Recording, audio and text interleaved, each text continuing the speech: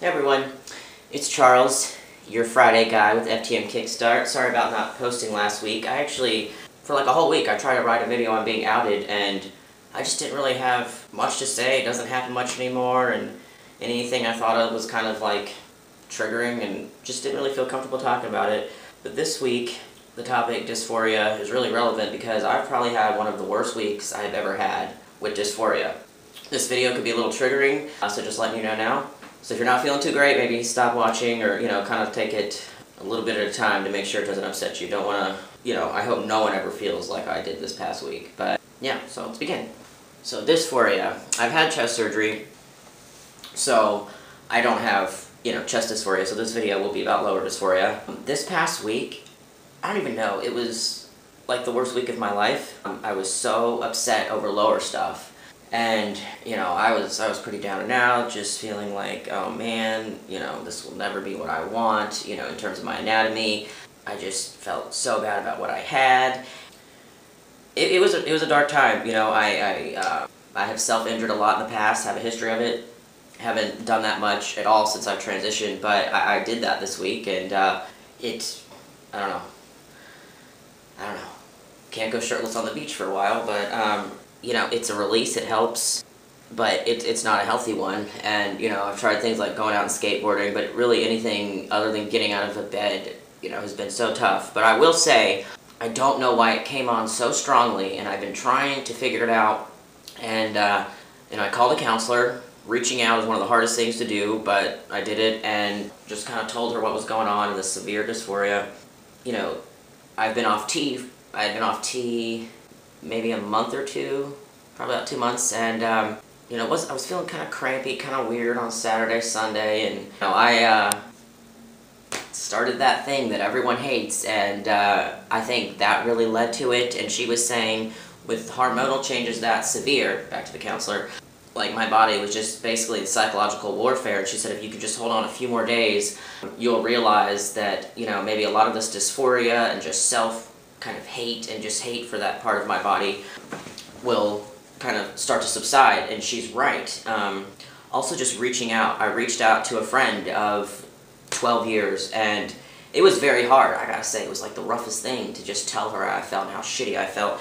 But she came over and sat with me a couple nights in a row, and we talked, and just to get your mind off of it. And then even just talking about the issue itself and how terrible I feel about it, that helps too. And then, reaching out to the counselor was really hard, because for a while I just felt so down and out. I was like, nothing's ever going to help, it's never going to get better. It's just this reel of self-defeat. And, I've been sleeping a lot, during the day, and I woke up today just feeling better. I actually talked to my grandmother, and she was just so loving and so sweet. And this is the woman who 5 years ago when I first started transitioning, I didn't think she'd ever call me Charles. And I just thought our relationship would always be stressed and just all the strain between us, but there's none of that anymore, and that just meant the world to me. The way she talked to me this morning, and it just really helped turn things around. But I also know, that the period's on its way out, and I'm feeling so much better. Just psychologically, like, I couldn't figure it out. I was like, what is wrong with my brain? It's like there's nothing but negative, hateful, angry emotions flowing through it. And I'm like, what is going on? Like, it literally, was like this. Like, I was up on Saturday night, had a great day that day, was feeling good, writing, kind of working with some film and video and some photo stuff, just like what I do, and having a good time. And suddenly, it's just like this reel of just, you'll never be this, you'll never have the penis you would have been born with if you were cisgender. And, that's true. But also, I have a lot of talents and good things about me that maybe some cisgender people don't have. And Carson mentioned in one of his videos, is it preferable to be cisgender? And, it seems easier, yes, but I don't know preferable. So the phone's ringing now, and it's messing up my train of thought. 1 second. That phone call messed me up. I don't even know what I was talking about.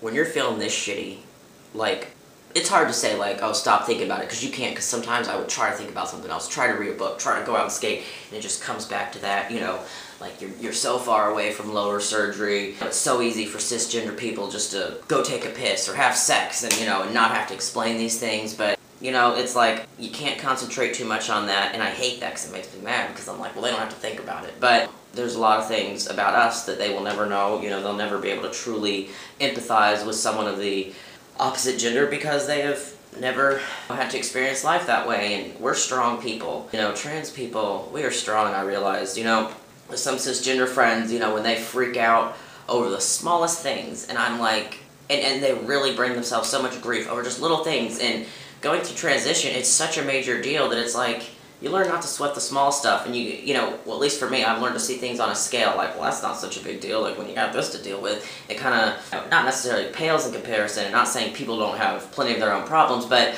you know, on a small scale, it's kind of helped me to judge, like, well, that's not such a big deal, I can work through that pretty easily, but, you know, not to say I don't struggle with this on a huge scale, and it can overtake my life sometimes, you know, for a week at a time. But it definitely has helped me just see problems in kind of a spectrum, you know, kind of gradients. So that's definitely helped, but it was the shittiest week ever, and I think the only thing that helped was, well, I reached out to a counselor, you know, gonna see her on Monday. You know, she understood. She was like, you know, this is a lot of just your hormones being so whack that you just gotta wait it out, and that sucks. And it's reaching out to friends, you know, and it's so hard to admit that you're feeling so shitty about yourself, or whatever it is, or that you're having your period, you know, and it's humiliating and mortifying, but to just have someone else, and this person was cisgender, you know, just come sit with me and just still see me as a valid person, that helps. So I think reaching out, talking, not keeping it in, because it will kill you. Like, I thought, oh, it would be easier to be dead than deal with this so much for the past week, and those are scary thoughts. And then, you know, talk to my grandma, kind of helped me feel good, and just the way our relationship is, and just really feel that love, and just kind of feel like, well, you know, this woman, this 95-year-old woman who's been through everything from the Depression to, you know, immigrating from another country to the deaths of several children. It was kind of like, well, she loves me, she sees me as me, she gets the trans thing, maybe I should love myself. And so what if you have to use an STP, or so what if, you know, you can't have sex that easy? You know, you can still have sex, you still get off. There's a lot of good things about me, about all trans people. I'm just saying, yeah, this is what I have to tell myself. So when you're feeling bad, you know, think of the other things you can do.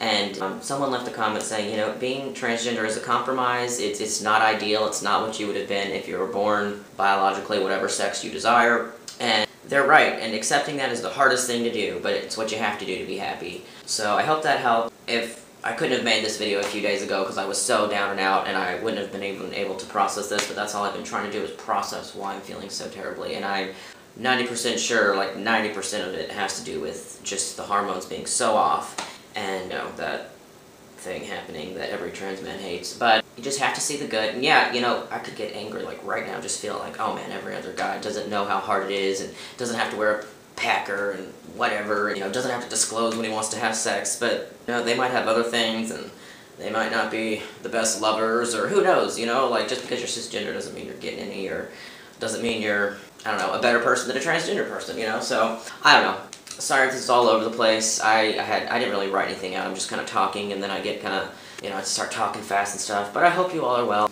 Always feel free to reach out to me. It's the hardest thing to do when you're feeling this crappy, but I was glad I was able to, and I have a wonderful network of friends. I realize it only holds me back, really, if I let it, and even though it is so hard, it's just, if I can get through that, I can get through anything. So, take care, everyone, and have a great weekend.